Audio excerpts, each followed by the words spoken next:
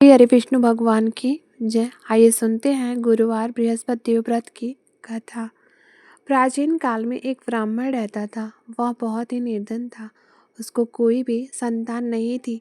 उसकी स्त्री बहुत मालिनता के साथ रहती थी। वह स्नान नहीं करती, किसी देवता का पूजन नहीं करती। इससे ब्राह्मण देवता बड़े दुखी रहते थे। बेचारे बहुत कुछ कहते थे, किंतु उसका कुछ परिणाम न निकला।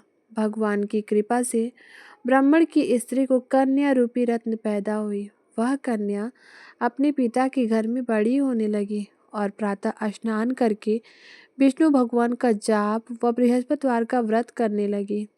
अपने पूजन पाठ को समाप्त करके विद्यालय जाती तो अपनी मुट्ठी में जौ भर के ले जाती और पाठशाला के मार्ग में डालती जाती। जब लौट कर घर आती तो वे जौ स्वर्ण के हो जाते। उनको बीन करके घर ले आती थी। एक दिन वह बालिका सूप में उन सोने के जौ को फटक कर साफ कर रही थी कि उसके पिता ने देख लिया और कहा, हे बेटी, सोने के जौ को फटकने के लिए सोने का सूप भी होना चाहिए। दूसरे दिन बृहस्पतिवार था। उस कन्या ने व्रत रखा और बृहस्पति देव से प्रार्थना करके कहा, हे प्रभु, मैंने आपकी पूजा सच्चे मन से की है, तो मेरे लिए सोने का सूप दे दो। बृहस्पति देव ने उसकी प्रार्थना स्वीकार कर ली। रोजाना की तरह वह कन्या जौ फैलाती हुई जाने लगी। जब लौटकर जौ बीन रही थी तो बृहस्पति देव की कृपा से उसे सोने का सूप मिला। उसे वह घर ले आई और उसमें जौ साफ करने लगी, परंतु उसकी माँ का वही ढंग रहा। एक दिन की बात है कि वह कन्या सोने के सूप में जौ साफ कर रही थी। उस समय उस शहर का राजपुत्र वहां से होकर निकला। उस कन्या के रूप और कार्य को देखकर मोहित हो गया तथा अपने घर आकर भोजन तथा जल त्याग कर उदास होकर लेट गया। राजा को इस बात का जब पता लगा तो अपने प्रधानमंत्री के साथ उसके पास गए और बोले, हे बेटा, तुम्हें किस बात का कष्ट है?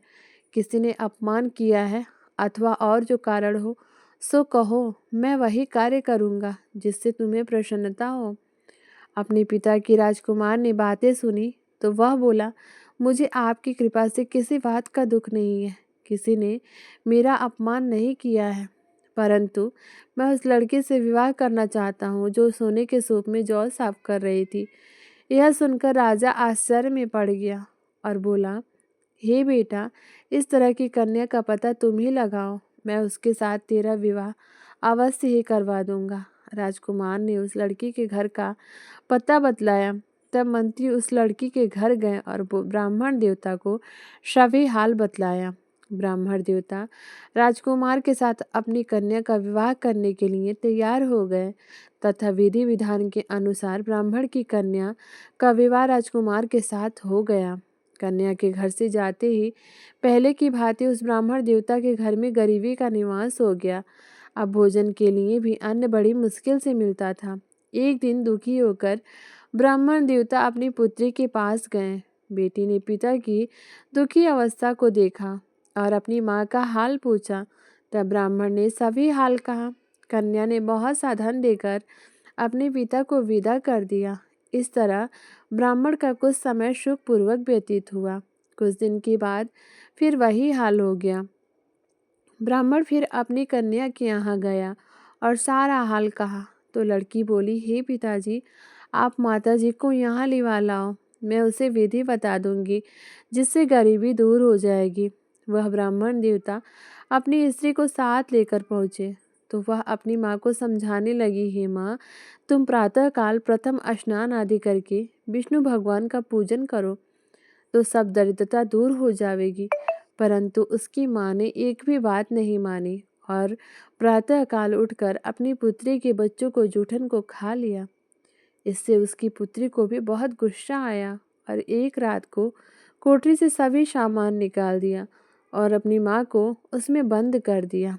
प्रातःकाल उसे निकाला तथा स्नान आदि करा के पाठ करवाया तो उसकी माँ की बुद्धि भी ठीक हो गई और फिर प्रत्येक बृहस्पतिवार को व्रत रखने लगी। इस व्रत के प्रभाव से उसके माँ बाप बहुत ही धनवान और पुत्रवान हो गए। और बृहस्पति देव जी के प्रभाव से इस लोक के सुख को भोग कर स्वर्ग को प्राप्त हुए। बोलो विष्णु भगवान की जय, बृहस्पति देव की जय। हमारी कथा आप लोगों को कैसी लगती है कमेंट बॉक्स में अपनी राय जरूर दीजिएगा। वीडियो अगर हमारी अच्छी लगी हो तो चैनल को सब्सक्राइब करना, वीडियो को शेयर करना। तो चलिए एक और कथा के साथ मिलते हैं, तब तक के लिए धन्यवाद।